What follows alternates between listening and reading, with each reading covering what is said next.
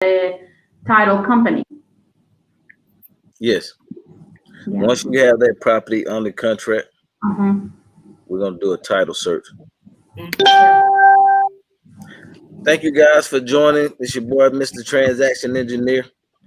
Guys, our mission statement is to set you financially free through creative real estate strategies. I have two of our masterclass students, Nelly and Rachel, with us. Welcome, ladies. I hope y'all having a fantastic day. Yes. Yes. Uh-huh. So today, guys, we're going to be talking about once you have the property on the contract now and you have your title search back is clean. Mm-hmm. Second half of it is to sell the property. So we got to get that property sold as fast as possible. Devon, welcome. Mm-hmm. How you doing? Great, man. How are you? Won't complain. Doing a little better. That's Walking on great, it. man. That's great. So today, Devon, we're going to be talking about after you get the property on the contract, how do you what's the next step? And the next step is to sell it. The next step is to sell the property and market the property for sale. And we want to list the property on all of the free sites. Zillow. If you don't have a Zillow account now, guys, go ahead and set up one. Even if you have to put your property on there for sale and then take it out, however you got to do to set it up, because they're going to go through the verification process with your phone number and all that stuff. So you want to have that already ready. So once you have a property, you can have it up and running in about 24 hours. But they're still going to call you to verify once you put a new property on there, but it'll be much faster than when you first sign up. When you first sign up, it could take a couple of days. So get signed up with Zillow as quickly as possible. Because once you put it on Zillow, it goes to what's the other site? One more site. So Trulia. Yeah, I think it's truly they're both. It's two sites connected. I know it's Zillow and one more site. They're connected. So Realtor.com. let me see.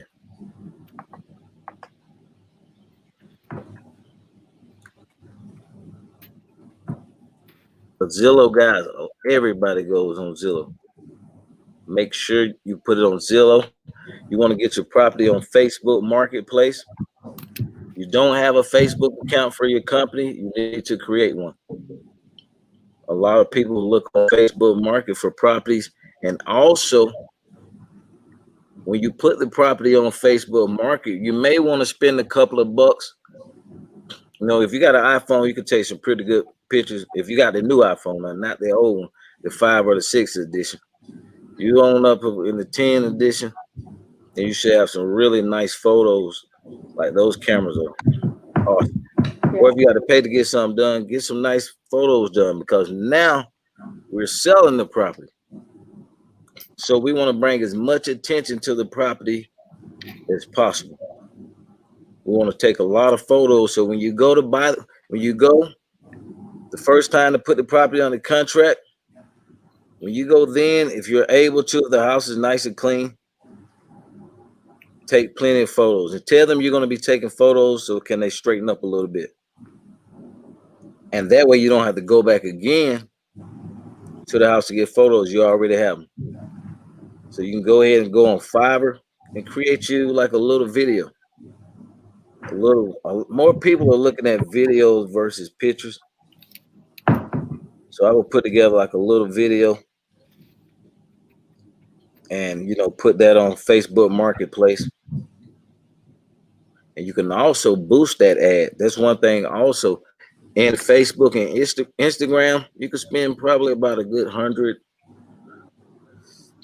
I say about a good $100-$200 on Facebook. I say 200 and get in front of about 2,000 or 3,000 people in that zip code. So you can have that ad go in front of people in that zip code for about $200. Go in front of about 2,000 or 3,000 people. So if you got a good deal, it's going to be worth investing a little money. Now you don't have to do that. We don't do that with every property. It just all depends on the property and where it is. If it's in an excellent location, we're gonna make that video look really good. Put the school, something about the school inside the video, and run an ad. Also, don't forget Craigslist, guys. You got Craigslist. Mhm. I will market to people within that zip code. Yes, the zip code where the property is, And why is that? so they can see it. People in that area can see the property, and then when they click on the link, it But I should mean, go. you know how buyers may be outside of that city or zip code. That's what Right. Yeah, you can go will as they far. be able to see it, or Well, the bigger the range, you could do any zip code you want to, and you could do the range. Like you can open up the range and go as big as you want. okay. So, but the more people you want to get in front of, the more it's going to cost. Keep that in mind. Like I say, if it's a good deal, you don't even have to make a video. But a video on Fiverr costs you probably like $80, 60 to 80 bucks to have done, and have that when they click on it, have that link going to your website stating the rent to own, lease purchase. On your main picture, on that video, if you do a video, make sure you have something about rent to own, easy qualifications, because No guys, bank needed. yeah, no banks needed, because we really, guys, it's based on the down payment, especially if it's a subject to I don't care if they ever pay it off, because they're paying the mortgage down every month. So at that point, when it's my property, I'm just looking for a big down payment. Whoever got the biggest down payment and can afford to pay, you're gonna be pretty much qualified. Pretty much qualified. We're still gonna run all the checks and everything, but we're looking at the down payment first. That's who determines who gets called back. Now, you want to also have those numbers. You can have that number, the number on each one, running to one phone number with a detailed message stating all the terms.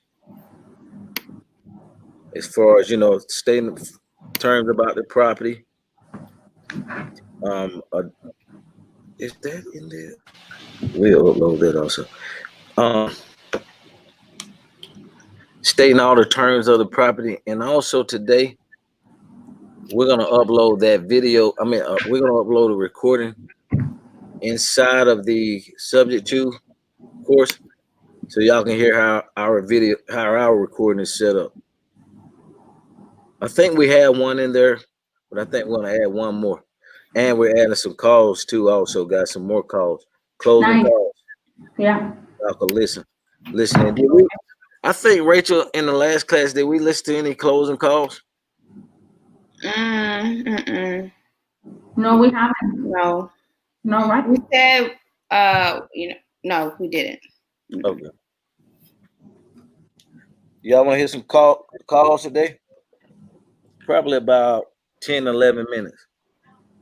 When you say closing calls, we're going to hear how you got the subject to under contract. Right. Negotiate on the front end.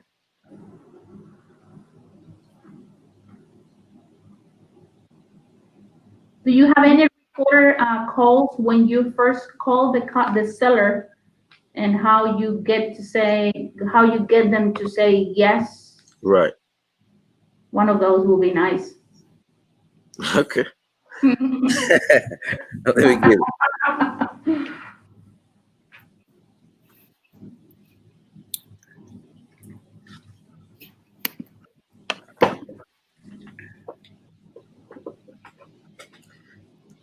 We're gonna play the call. It's gonna be about a good 10 minutes. It's 2 calls. It may be shorter than that. And we're gonna upload them in today. We also uploaded. We put a new property information sheet, guys, inside of the course. A new one? Back in there. Yes, a new one with all the questions. PDF. Those are the questions you're gonna ask when you call the seller, and it has a little script at the top. And which section did you put it in? in the document section with seller docs. It's the last document put in. We're gonna also put some more these closing calls that I'm getting ready to play now. We're gonna upload them in there also. It's 3:00 there. So you off work? You guys off work? No, I'm still working. It's all right. Okay. All right. You have a chance to get your wife on? Now you may need to get a copy. This went pretty good too. Okay. Oh yeah, it's not that long. Let me know if y'all can hear it. How long have you had it listed? It's been on the market for about I'd say 3 weeks now, something like that. Okay. Y'all hear it? Yeah. And you bought it in 2018? Yeah, 2018. Okay, 2018. All right.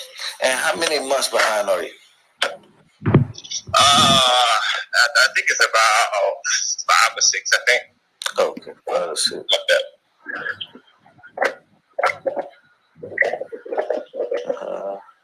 I'm just jotting down, taking a little notes. And how much? What would you say it's worth? What you think it's worth?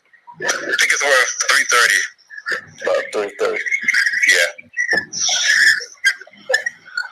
How much do you owe on it? Just like an estimate. Yeah, I think 290, something like that. Okay, about 290. Something like that. 290.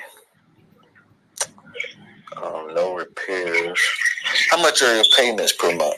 It's $22.50. That PITI. That's everything escrow. Everything. Yep. Okay. Escrow. Will you sell a house for what you owe on it? Maybe we might consider doing that. Okay, maybe. You said we is you and your wife or? Yeah. Okay.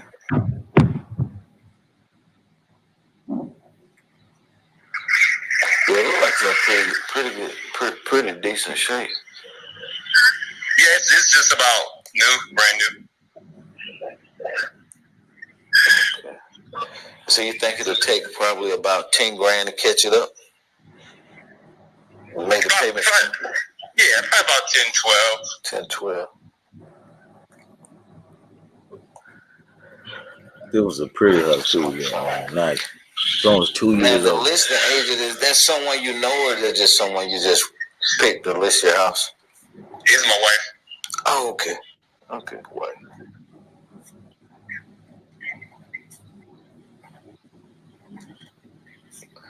Okay. I'm just jotting down notes. A lot of times right now we buy houses, we normally take over the payments, bring everything current, and try to get it cashed out. Sometimes in the near future, we take care of all the payments, all the repairs, and we will enter. Yes, no problem. And we will enter you into a credit repair program. Does that sound like something you guys may be interested in?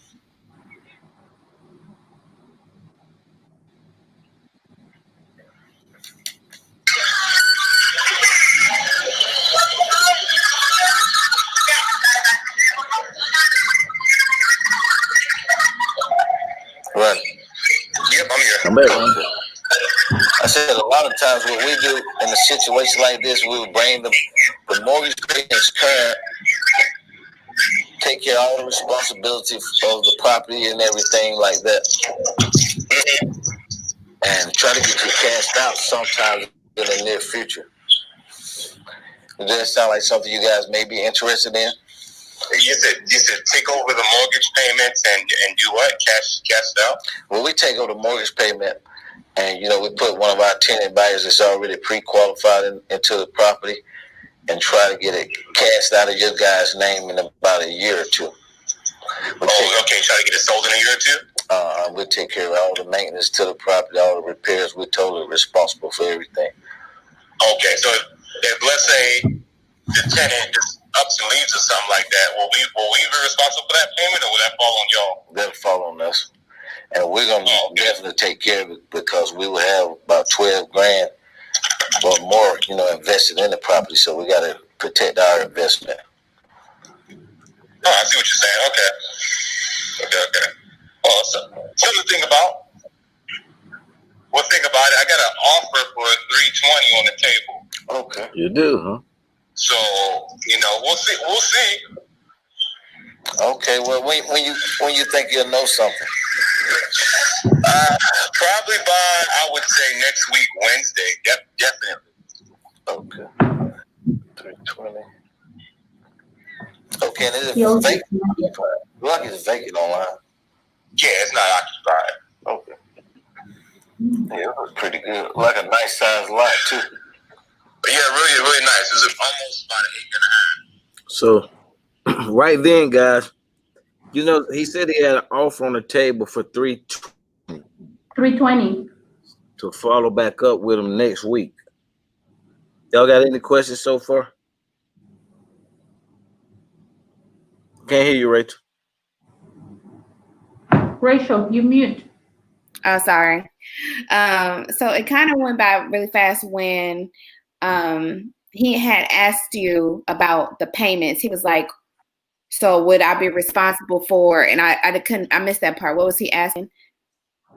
He said, so if the person in the house start making the payments, then, you know, who will be responsible for them? And I said, we will be. Okay.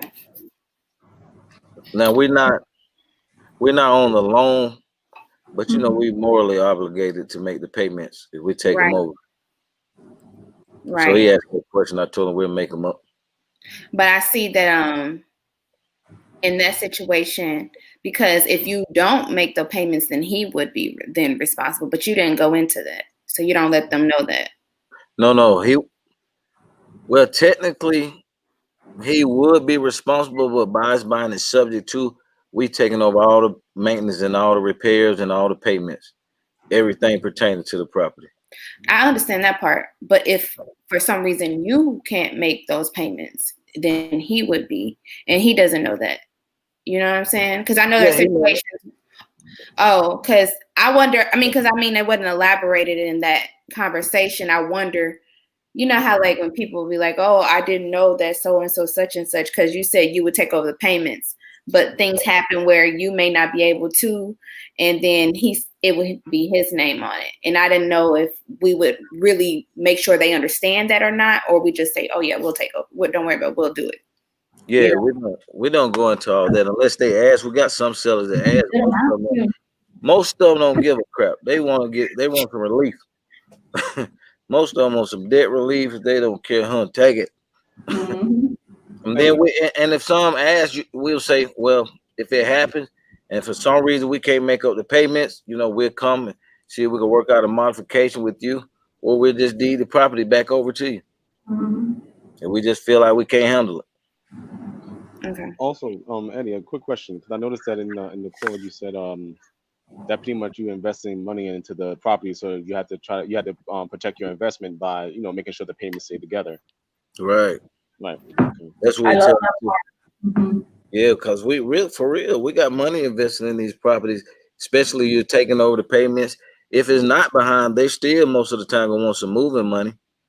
So you're gonna have money invested, and you got marketing money, and you got like repair money involved with these properties sometimes.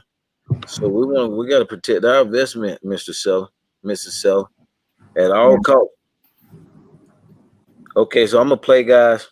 This is like 2 minutes when we close them out. This is the follow-up call. Okay. It's 3:00 there. So you all work? You guys all work?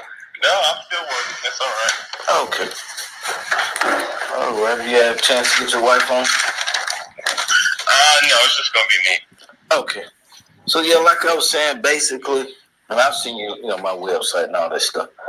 We've been buying and selling properties in Atlanta for the past 15 years. And so one of the strategies that we use to buy properties is we buy the property subject to the existing mortgage. So the loan stays in place. Right? The loan stays in place. and the title of the house transfer over to our company name. And then what we do, we turn around, put somebody in on the lease purchase, and try to get them cashed out as quickly as possible, because we don't get our money back until the house is cashed out.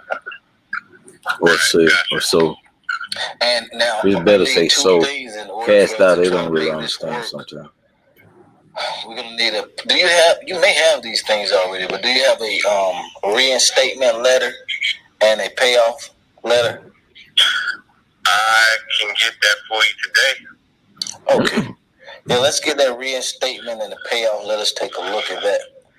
And we're gonna try to close this out. If we got enough time, it just depends on my attorney, how fast he can do this title search and all that stuff. That's just the standard procedures. They got to do a title search. Right. So we can get that back in time. We can close it out. Is it a lockbox or anything on the door? Yes, it is. It's a lockbox. Is it a combination or a realtor lockbox? I believe it's a realtor lockbox. Okay, that's fine. We got a realtor on our team. Okay, so we're going to get by there tomorrow. Do you think you can get those docs over to us by today or tomorrow? Yeah, definitely by today. I'll give them a call right now. Okay. And sometimes they would try to mail it, tell them to either email it or fax it to you. Right, yeah, they'll email it to me. Okay. Now, you may need to get a copy from the attorney office with all their fees, because they like to put all their fees on it. Oh, yeah, I know. That's why I'm going to get it from the attorney office. Yeah. And so when we get those, I can really see the numbers and stuff, see if we got some room to give you guys something. We're going to give you guys some money, but it just depends on how much we can really give, because the numbers are tight right now. Yeah, I got you. Okay. And in the meantime, I'm gonna have my realtor get by there tomorrow and take a look at everything, and I can let you know something about tomorrow. All right. Okay. I'll get that information over to you. Okay. Thanks a lot. Okay. You got it. Okay. You have a good evening. You too. Thank you. Bye-bye. That was the same conversation, right? The initial conversation, or it was a follow-up? That was a follow-up. So Okay. remember, guys, that's 80% of the deals are done a follow-up. Now imagine if I wrote that lead down, I didn't keep up with it, didn't keep a record of it. I just wrote it down somewhere and misplaced it. And I'll be trying to find it, and now he's ready. A week later, he's ready. I can't find the lead. Somebody else call him when he's ready. Mm-hmm. He's out of there. He's gonna sell to them. But if I follow back up with him, since I already built rapport with the first call, the second call, I'm still building rapport. He's gonna go with me because, like you saw, he's ready. Mm-hmm. He I didn't remember mention you the playing offer that he said that he had. It fell through. Oh, okay. I knew that was a bull crap. 320, and it only had about 10,000 in equity. They couldn't even afford to really sell it with a realtor. Yes. It only had 10,000 in equity. Mm. But those are good lists too, guys. People who just purchased their properties within the first 2 years, about 10 to 15% of them end up losing the properties because they bought too much house. Just because they say you're approved for 200,000, you really should go for about 160, 170. People don't factor all the maintenance in, the HOA fees, taxes going up. So most people max out what they can get, what they can buy, and then they in for a rude awakening once they purchase the house and they see they got these HOA taxes going up. Hey, end up losing the foreclosure. Remember, everybody don't have to be behind, guys, to sell subject to. So this guy, that's what I didn't hear in the first call. Why did he want to sell? He's behind on his payments, 14. 10 to 12,000. Yeah, 10 to 12,000. Mm-hmm. And So it was a sell by owner, right? No, that was a pre-foreclosure. Oh, okay. Pre-foreclosure, 14. I think it was 14,000 behind, something like that. And they really not too accurate with the numbers because they're not aware of the attorney. Attorney, when they're in pre-foreclosure, once it get posted in the paper and the bank turns it over to the attorney, then you got attorney fees also attached to that, then payoff. So not only do you got to bring, 10, 12,000 to catch up the back payments, now you got to bring the attorney fees that attached to it. Then you got to close with an attorney. So that's going to be additional $3,000. It just all depends. But if it's a pretty house, guys, with some equity, you should have no problem finding a partner on a deal. Even if you have to partner with 1 or 2 people to get your feet wet, do it. So, what was the other question? Hold on, I wrote it down. It was towards, well, I forgot. I think I'm gonna have to come back about that. We'll come back to it. Let me see if we got any questions, guys. We're gonna end the live so we Eddie. can finish up. Go ahead, Devon. One quick question. I probably know the answer already, but I just want to hear it from you, I guess. So when you're doing a subject to, you're pretty much getting paid, of course. You're mainly looking at the down payment. Hopefully you can make something off the monthly payments, about maybe $200-300 off of that. And then if the home or the property has equity, will you be getting the equity, or would you be giving the equity to the person you got the property from? It all depends on how much equity they have. Just so, for example, if they have about 40,000 on the back end, we're offering about 5,000 to 10,000 on the back end when the house sell, sometimes in the near future. We don't know when it's going to sell. We hope we can sell it in a year or 2. But that tenant buyer may not buy it, so we may have to put another one in. But whenever this house sell, Mr. Seller, you will get paid. Okay.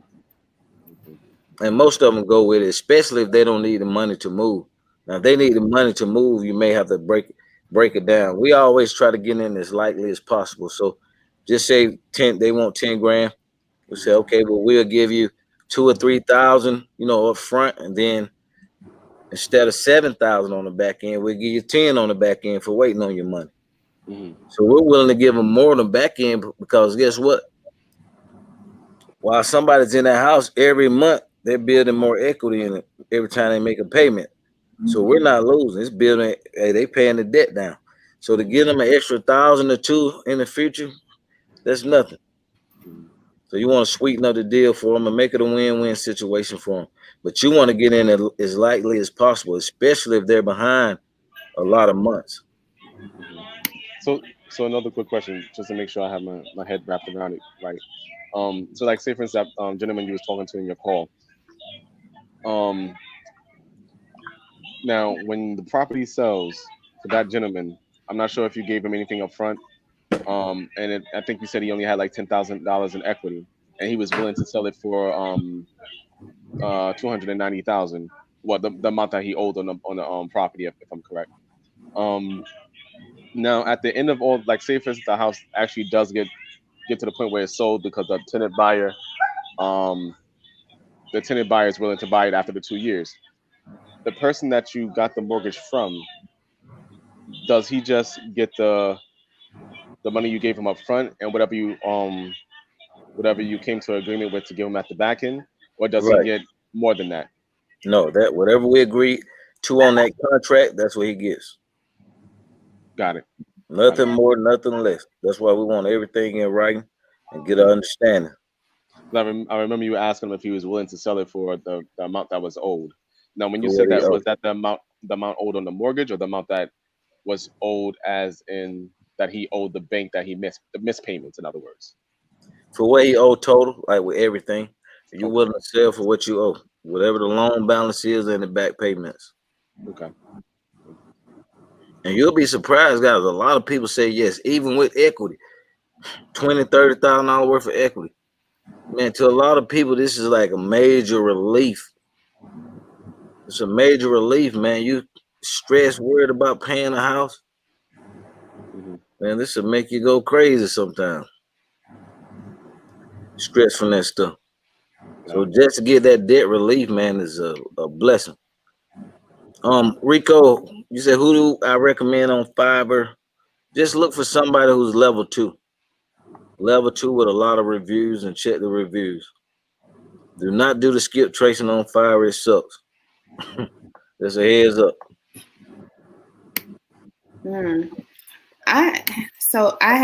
remember my question. It was when you asked about the reinstatement letter and all that information, and then you said once you get that back, then you can let him know how much you're able to give him. I wanted to know, the next conversation y'all had when y'all went and negotiated on how much he would get up front versus what he would get on the back end. That conversation I would like to know.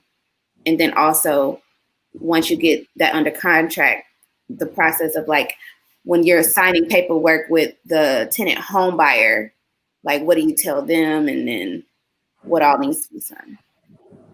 We're gonna get into the tenant buyers. I'm gonna answer these last questions. Then we're gonna go off live and get into the tenant buyers. But what about what you said to him? When he had said, so the first part of the question was, Okay. what did once he get all the paperwork to you, then you can negotiate. I want to know, how did you negotiate what you will offer him on the front end and back end? Like that's the part I didn't know how to do, like in that conversation. Basically, we just, after we went and took a look at the property, we came and we got the payoff, because all the numbers are very important. You want to know the mortgage balance, the payment amount, Arrears how amount. many arrears, the arrears, when they bought the house. That way you'll know how long they have left on the mortgage. And you also want to get a copy of the mortgage documents if they got them, guys, just for your records. You can go down to the county and pull them also if they don't have them, but you got to pay at the county, or you could just call into the bank and they'll send you a copy of everything that was signed at closing. So you got 3 ways to get it, but you want to have all their paperwork. But what you were saying, yeah, we went after we got all the numbers. He was right at what it was worth. So we gave him $1,000 and he signed it over. Because you got to be realistic. You don't have no equity, Mr. Seller. None at all. After with these arrears. And that most of them are realistic anyway. And you're like, yeah, you're right, man. But I'll be happy y'all just take over the payments and stop it from going to foreclosure. So that's what we did. We just shot him $1,000. Just good faith estimate. Eddie, and this one was a vacant house, right? Yeah, it was vacant pre-foreclosure. Mm-hmm. So he was not living in there. That's a good list too. If y'all could screen them like that, break vacant pre-foreclosures, they're gone. They out of the house. Mm-hmm. They gone. They don't care.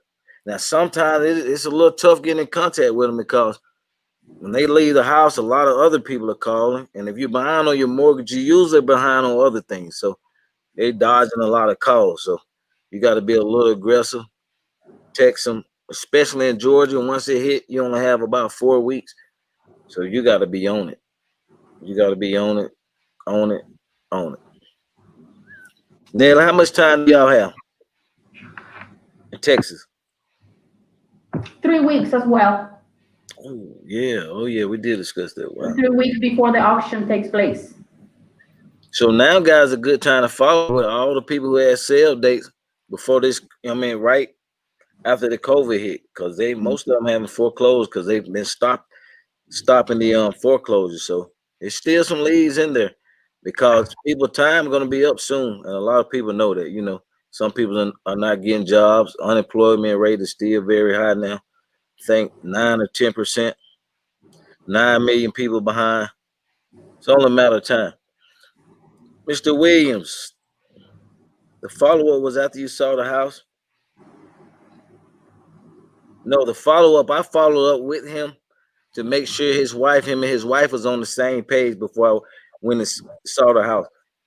Like, we don't go see properties unless it's a strong yes or a maybe. We don't have time to waste. I'm not going over your house to see it and take it like the last 2,000-3,000 I saw. I'm coming if you say yes or maybe. Them no, I don't. You waste a lot of time going to buy houses, going to see houses you can't buy. So you want to make sure these people are saying yes or a strong maybe before you go waste your time. Because unless it's really close to you within 10 miles, then you can go and take a look at it. But if going all the way to the other side of town, make sure they're talking your talk. Mm-hmm. last lead came from the campaign. The last lead came from, that was a pre-foreclosure list. JB, does the seller take their name off of the homeowner insurance? Oh, Neil, I got to answer your question. I saw you email me about something. I'll get to that today. Yes, yes. Or do you simply add your name as additional insured? I heard of loans being called due because sellers took their name off the insurance. I haven't heard of that. We cancel the seller policy and just put our policy on there. Or you can have two policies on there on the property. Seller had one and you had one. But we just cancel the policies and put our policy on there. It's in the land trust. So we're protected. As long as you're making payment, guys, they're not just calling loans due. If you start missing payments and then you go in and try to do a modification or a short sale, they're going to do a title search, and this title search show that the deed been transferred. Then they will say the deed it back over to the seller, or they're going to give you 60 days to sell the property, 30 days to sell the property. You'll be able to work it out. Don't be paranoid, guys, about a due on sale clause. My first deal was a subject to 16 years ago, and I haven't had one call yet. So as long as you're making the payments, don't worry about it. But I know that's a big thing a lot of people are scared about. Oh, due on sale. As long as you're making the payments, for me, I haven't saw that happen.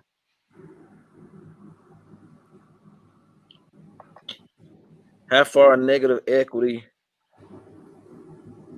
Hold on, I'm sorry. How far negative equity would you close a sub to? The most I've seen so far is 23,000 negative in equity. Whoa, man, I don't like to be negative. You got to be right there on the money. If you're negative, unless it's like a $500,000 house or better, where I can mark it up 10% to cover my down payment, it could be $200,000 house if it's nice, where I can mark it up and it's going to cover my down payment. If my down payment I get is going to cover the arrears, then we'll take it over. But I'm not coming out of my pocket to catch it up. As long as I feel like I can get enough for a down payment, and if it's a nice house, good school system, stuff like that, yeah, I'll do it. But I got to be able to make that money back from my down payment. That's the only way. I'm not going to be going into a house upside down. Just say if it's 30,000 behind, and you 30,000 behind, no equity, and you only gonna get 20,000 from a down payment, I wouldn't do the deal. I wouldn't do the deal unless Now, I wouldn't do the deal as far as put my money in it. I didn't say I would go to plan B and see if the homeowner can do a modification. So that's plan B. But I wouldn't put my own money into it. You do a loan modification, they'll put the payments on the back end and start them over new. So they can just rent the property out, where you can rent it out for them and then show that income as down payment and catch it up. I mean, as down payment, and when they're doing a modification, they can show that they're renting the property out and income coming in.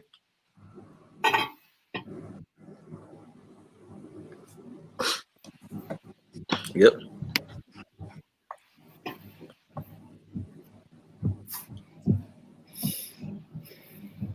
He said what we call, let me see, Mr. Williams, what we call for owner financing the subject to. They're pretty much the same. Owner finance, you would do like a property free and clear. If it has a mortgage on it, you would do either subject to or a wraparound mortgage. And they're pretty much the same. Only difference, you're showing a new mortgage on top of the seller old mortgage, which is good for the seller if they plan on buying another house, because they can show that you're making the payments. And you're on, you got a new mortgage on top of it. So it's better for them when they debt to income ratio. So they can go buy another house. That may be a question you want to ask them. Do they plan on buying another house? It's pretty much the same document.